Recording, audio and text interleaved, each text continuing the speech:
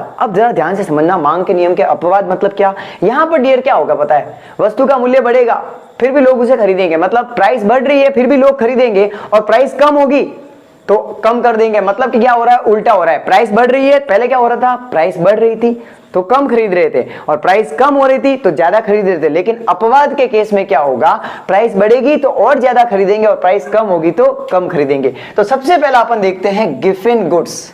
Giffen वस्तु है, क्या लिखा हुआ, गिफिन वस्तु। सर ये गिफिन वस्तु तो हमने आज तक जिंदगी में नहीं सुना भाई, कई सारी चीजें देखी है, नेसेसरी आइटम्स है, लग्जरी गुड्स है, ये तो सुना। ये गिफिन गुड्स क्या होता है, गिफिन वस्तु तो समझना, ये जो गिफिन वस्तु, ये जो कॉन्सेप्ट है गिफिन गुड्स, ये किसने लाई थी, ये लाई थी सर रॉबर्ट गिफिन ने, ठीक है। इसलिए वस्तुओं को कौन सा नाम दिया गया, गिफिन गुड्स। अब जो इंफीरियर क्वालिटी के जो गुड्स होते हैं, मतलब कि निकृष्ट वस्तु है, मतलब कि जो लो क्वालिटी का जो गुड्स है, जो सामान है, जो वस्तु है, उनको क्या बोलते हैं, गिफिन गुड्स। मतलब कि देखो यहां पर समझना आप, जैसे मान लो व्हीट लो, ठीक है, गेहूं, राइस, ठीक है, चावल, ये कैसे है, प्रीमियम प्रोडक्ट है, ठीक है, इनको सब खाते हैं। लेकिन जो गरीब लोग होते हैं, पुअर कैटेगरी के लोग होते हैं, वो क्या खाते हैं, बाजरा, मक्का, मेज, मिलेट, ये खाते हैं। तो वो क्या है, उनके लिए भाई सबसे बेस्ट आइटम है, ठीक है, भाई हमको तो ये मिल गया, हमारे लिए काफी है। लेकिन अब समझना, जैसे ही मक्के की वैल्यू कम होती है, बाजरे की वैल्यू कम होती है, उसे वो लोग क्या खरीदेंगे पता है, उसे वो लोग कम खरीदेंगे।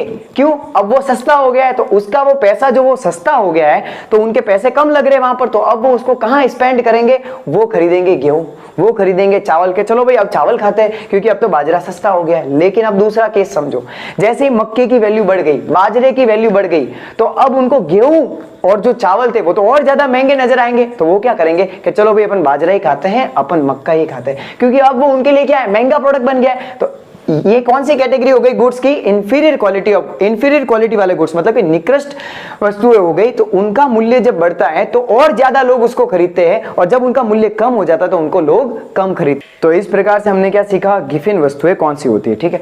अब हम बात करेंगे कि ये प्रतिष्ठापक, क्या लिखा हुआ, प्रतिष्ठात्मक वस्तुएं। सर ये क्या होती है, देखो बच्चों, प्रतिष्ठात्मक वस्तुओं का मतलब हो गया ऐसी आइटम्स, ऐसी चीजें जो आप खरीदते हो शो ऑफ के लिए। शॉर्टकट भाषा में समझाओ तो कैसे, दिखाने के लिए, देखो भाई हम तो अमीर है। देखो एक बात समझाता हूं, आईफोन है, ठीक है, आईफोन की वैल्यू बढ़ती है, तो कभी ऐसा नहीं हुआ कि आईफोन यूज करने वाले कि अब हम आईफोन यूज नहीं करेंगे। मतलब एप्पल का जो आईफोन आता है, क्यों, उसमें ये होता है कि इसकी वैल्यू बढ़ रही है तो और उसे लोग ज्यादा खरीदेंगे, ज्यादा वैल्यू पे ज्यादा खरीदते हैं उसको। इसको बोलते हैं प्रतिष्ठात्मक वस्तुएं।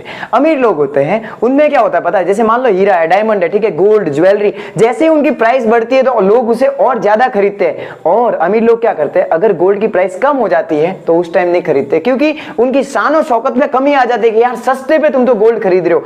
तो जैसे ही आइटम्स की प्राइस बढ़ती है लोग इन्हें ज्यादा खरीदते हैं। तो यहां पर हम क्या देख रहे हैं, यहां पर उल्टा रिलेशन देख रहे हैं। उल्टा रिलेशन मतलब लॉ ऑफ डिमांड के जस्ट अपोजिट जा रहे हैं कि यहां प्राइस बढ़ रही है तो क्वांटिटी क्या हो रही है, बढ़ रही है, और जैसे ही प्राइस कम हो रही है तो क्वांटिटी क्या हो रही है, कम हो रही है। तो इस प्रकार से हम कह सकते हैं कि प्रतिष्ठात्मक वस्तुओं पर भी मांग का नियम लागू नहीं होता है। अब हम बात करेंगे वस्तु की भावी कीमत में परिवर्तन की संभावना। इसको बड़े ही ध्यान से समझना, future expectation of the price of the goods. के भाई अब इसको ध्यान से समझना कि फ्यूचर में ये जो आप गुड्स खरीद रहे हो इसका मूल्य बढ़ने वाला है। क्या होने वाला है, बढ़ने वाला है। आप एग्जांपल दीजिए मेरे मार्कर का, ठीक है, मार्कर मान लो ये 20 रुपए का है, ठीक है।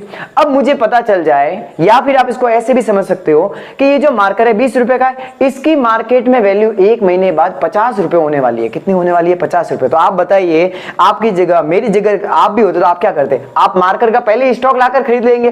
क्यों, आपको पता है कि भाई 1 महीने बाद भी मुझे तो पढ़ाना है ही है, तो पहले से ही क्यों ना मैं मार्कर लाके खरीद कर रख दूं, क्योंकि वरना मुझे बाद में 30 रुपए एक्स्ट्रा देने पड़ेंगे। और समझदार इंसान क्या करेगा, जब उसको पता है कि भविष्य में मूल्य बढ़ने वाले हैं तो पहले ही खरीद लो। अब इसका जस्ट उल्टा देखो, अगर आपको लगता है कि भविष्य में मूल्य कम होने वाले हैं, क्या होने वाला है, भविष्य में मूल्य कम होने वाले, तो आप क्या करेंगे पता है, उस प्रोडक्ट को जो आप खरीदने वाले थे उसको खरीदोगे, उसको क्या करोगे, थोड़े टाइम के लिए रोक लोगे। कैसे, अब मुझे पता चला कि ये मार्कर मेरे 20 रुपए का है, ठीक है, लेकिन 1 महीने बाद इसकी प्राइस होने वाली है 5 रुपए। कितने होने वाली है, 5 रुपए। तो अब जब मैं ज्यादा खरीदने वाला था, अब जब मैं मार्केट में लेने जाने वाला था मार्कर, अब मैं क्या करूंगा, खुद को स्टॉप कर लूंगा कि भाई रुक जाओ दीपेश। क्यों, क्योंकि 1 महीने बाद तो वैसे भी इनकी रेट कितने होने वाले, 5 रुपए, तो क्यों ना 1 महीने बाद खरीदा जाए, मेरे पास तो ऑलरेडी फिलहाल पड़े हैं। तो यहां पर अपन क्या देख रहे हैं कि अगर बंदे को, अगर कंज्यूमर को लगता है कि फ्यूचर में गुड्स की जो प्राइस है वो बढ़ने वाली है, तो वो क्वांटिटी की डिमांड क्या करता है, ज्यादा करता है। और अगर उसे लगता है कि फ्यूचर में वस्तु की जो प्राइस है वो घटने वाली है, तो क्वांटिटी की डिमांड क्या कर देता है, कम कर देता है। इसे डियर क्या बोलते हैं, वस्तु की भविष्य में कीमत बढ़ने की संभावना। तो इस प्रकार से ये था तीसरा अपवाद। अब हम आते हैं चौथे पर, उपभोक्ता की अज्ञानता एवं गलत धारणा। ये तो अलग ही पॉइंट है। कैसे पता है? गलत धारणा है, समझना आप कैसे। मान लो मैंने बोला, अरे बच्चों सर, किसी बच्चे ने पूछा सर ये मार्केट कितने का है, मैंने बोला 100 रुपए का। बेटा कितने बोला? 100 रुपए का।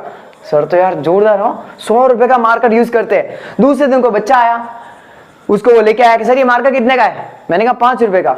वो बच्चा आप देखने लगा है कैसे सस्ते से, अरे यार देखो 5 रुपए का मार्केट यूज कर रहे हैं। अब यहां पर क्या हो रहा है पता है?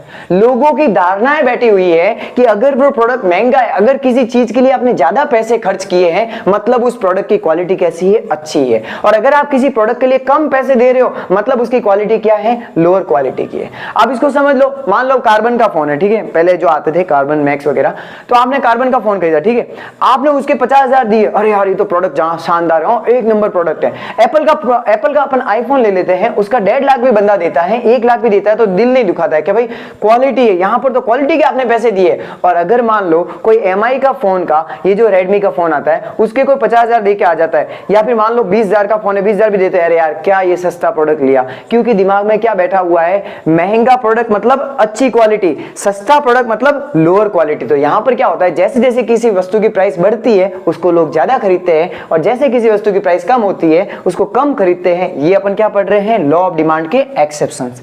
अब आते हैं लास्ट पर, अनिवार्य वस्तुओं की मांग। अनिवार्य वस्तुओं की मांग, डिमांड ऑफ नेसेसरी गुड्स। भाई आवश्यक वस्तुएं होती कौन सी है? अनिवार्य वस्तुएं होती कौन सी है? देखो देसी भाषा में समझो आराम से, दवाई होती है, मेडिसिन होती है। इंसान मरेगा ना तो उसको यूज करनी है।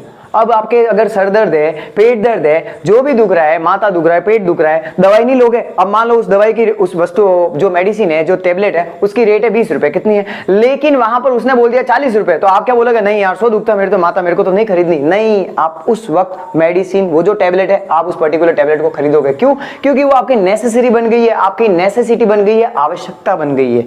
और जो आवश्यक वस्तु है उसको इंसान खरीदेगा ही खरीदेगा, भले उसका मूल्य बढ़ जाए।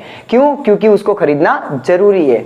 तो कह सकते हैं हम कि अनिवार्य वस्तुओं की मांग के ऊपर भी मांग का नियम लागू नहीं होता है। तो इस प्रकार से हमने आज क्या क्या सीखा डियर? ऐसे कौन कौन से केस है या फिर ऐसे कौन कौन से मामले हैं जहां पर मांग का नियम लागू नहीं होता है, या फिर मांग के नियम के अपवाद कौन कौन से है। सो अगर आपको इस पूरे लेक्चर में कहीं पर भी कोई छोटा सा भी डाउट है तो आप मुझे कॉमेंट सेक्शन में बताइए, और इस वीडियो को अपने सभी फ्रेंड्स के साथ जरूर शेयर करें। तब तक के लिए पढ़ते रहिए, स्वस्थ रहिए, मस्त रहिए। Thanks for watching. जय हिंद, वंदे मातरम।